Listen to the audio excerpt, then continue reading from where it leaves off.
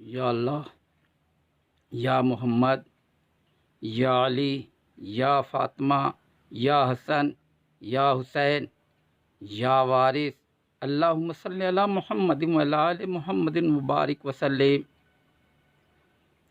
اسماء ھذا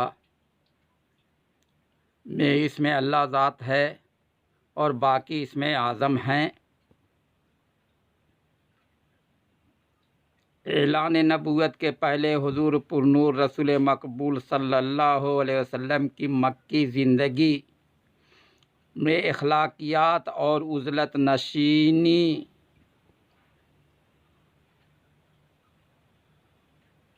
میں گزری ہے۔ اعلان نبوت کے بعد آپ صلی اللہ علیہ وسلم نے توحید کی تبلیغ شروع کی اور دعوت عشیر میں آپ کے خاندان والوں نے شرکت کی۔ ان میں سوائے حضرت مولا علی علیہ السلام کے کسی فرد نے آپ کی دعوت حق کو قبول نہیں کیا۔ آپ تعلیم، تلقین اور ارشاد مطابق وحی الہی فرماتے رہے اور میدان غدیر میں ایک عظیم الشان خطبہ دیا۔ تمام خطبات اور تعلیم نصاب کے بعد دین کی اکملیت اور نعمت کی اتمامیت فرما دی گئی۔ خلافت کے 30 سال بھی گزر گئے اور ملوکیت قائم ہو گئی۔ دوران ملوکیت امت انتشار و فتنوں میں مبتلا ہو گئی اور ایک کے بعد دیگرے فتنے وقوع پذیر ہوتے رہے، حتیٰ کہ اسلام میں 73 فرقے موجود ہیں۔ ان میں وہ فرقے حق پر قائم رکھ جہاد کرنے والوں میں ہیں، باقی 72 فرقے حسد میں مبتلا ہیں۔ جہاد کربلا حضرت امام حسین علیہ السلام کی امامت میں ہوا اور 72 نفوس قدسیہ کے ساتھ حضرت امام حسین علیہ السلام شہید ہو گئے۔ جہاد کربلا میں صرف امام حسین علیہ السلام کے فرزند حضرت امام زین العابدین غازی اور امام کے فریضے کو انجام دیے۔ حضور وارث پاک نے فرمایا کہ حضرت امام حسین علیہ السلام نے ایک رضا معشوق کے لیے تمام خاندان کو میدان کربلا میں شہید کرا دیا۔ کوئی کیا سمجھ سکتا ہے رمز عاشق و معشوق کو؟ اور فرمایا واقعہ کربلا دیکھو، واقعہ کربلا کو لوگ نماز پڑھتے تھے اور روزہ بھی رکھتے تھے، مگر محبت دل میں آل ابا کی نہ تھی۔ تب تو پرخاص پر کمر باندھ کر ستیہ ناش ہوئے اور فرمایا فقیری بی بی فاطمہ سے ہے اور امام حسین علیہ السلام نے یہ فیض جاری کیا ہے۔ حسینی کردار اور گفتار سے حسینیوں کی پہچان ہوتی ہے اور یزیدی کردار اور گفتار سے یزیدیوں کی پہچان ہوتی ہے۔ انسان کامل مرشد کامل ہیں، ان سے ربوبیت اور عبودیت کا اظہار ہوا ہے۔ بشر کے پردہ میں رب البشر ہے، رب روح الارواح ہے، روح امر ربی ہے۔ عہد رسالت میں تصوف کی تعلیم شروع ہو چکی تھی۔ حضور پرنور رسول مقبول صلی اللہ علیہ وسلم صفہ چبوترے پر تشریف لا کر اصحاب صفہ کو فقر، جہاد، طہارت القلوب، ذکر اللہ وغیرہ کی تعلیم دیا کرتے تھے۔ 3 شعبان سن 4 ہجری کو حضرت امام حسین علیہ السلام مدینہ میں پیدا ہوئے۔ جبرائیل امین پیدائش کی مبارکباد دینے کے لیے حضور پرنور رسول مقبول صلی اللہ علیہ وسلم کی بارگاہ عالی میں حاضر ہو کر پیدائش کی مبارکباد دینے کے ساتھ ہی شہادت حسین کی خبر سنائی تو آپ کے آنکھوں سے آنسو جاری ہو گئے اور غم بھی نمایاں ہوئے۔ ان پر جبرائیل علیہ السلام نے تعزیت کا پیغام آپ کو دیا اور کربلا کی سرخ مٹی پیش کی، جس کو آپ صلی اللہ علیہ وسلم نے حضرت ام سلمہ رضی اللہ عنہما کو یہ کہتے ہوئے وہ مٹی عطا کیا کہ اس کو دیکھتی رہنا، جس دن یہ مٹی سرخ رنگ میں بدل جائے تو سمجھ لینا کہ میرا بیٹا شہید ہو چکا ہے۔ خبر ہاضہ کے ساتھ ہی شہادت اور تعزیت کا تصور پیدا ہو چکا تھا۔ 10 محرم الحرام سن 61 ہجری میں واقع کربلا وقوع پذیر ہوا اور امام حسین علیہ السلام 72 نفوس قدسیہ کے ساتھ شہید ہو گئے۔ علماء ظاہر میں شیعہ اور سنی فرقے وجود میں آ چکے تھے۔ حضرت امام زین العابدین علیہ السلام اور حضرت زینب صلوات اللہ وسلامہ کے سامنے واقع کربلا وقوع پذیر ہوا تھا، جنہوں نے آنکھوں دیکھا حال امت کے سامنے بیان کیا اور درد و غم میں زندگی بسر کی۔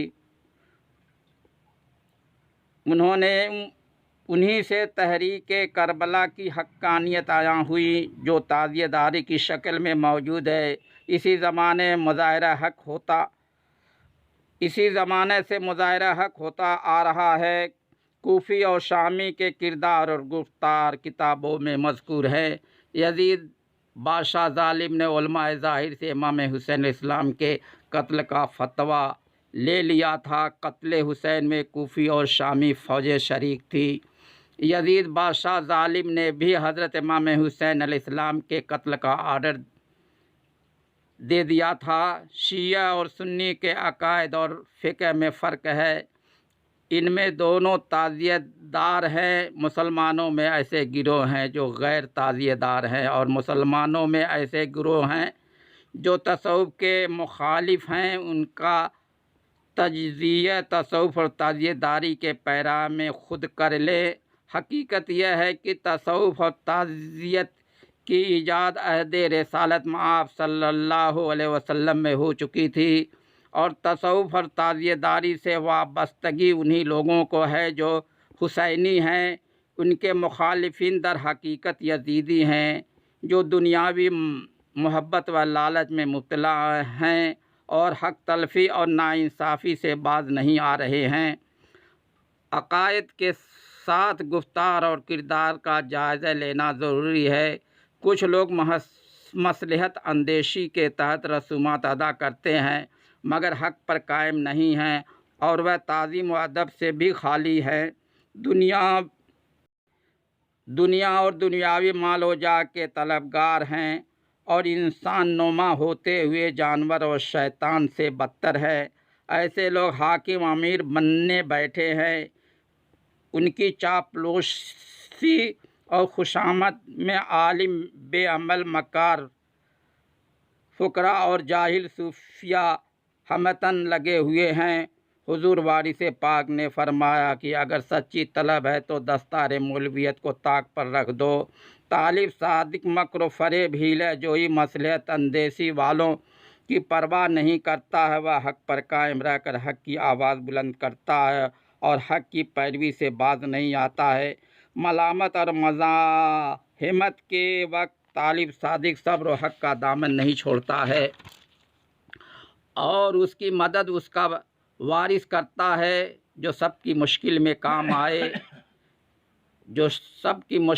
کام آئے، کرے غریبوں کی دستگیری، لگائے بیڑا جو پار و گھٹ، نہیں ہے کوئی سوائے وارث۔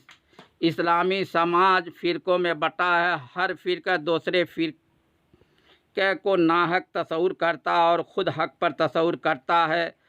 سجدہ قدم بوسی، طواف، تصویر جو نسبتوں سے متعلق ہے، ان پر بھی اعتراض ہے۔ حج کے ارکان میں مقام ابراہیم، حجر اسود، صفا مروہ کی صحیح کا تعلق نسبتوں سے ہے۔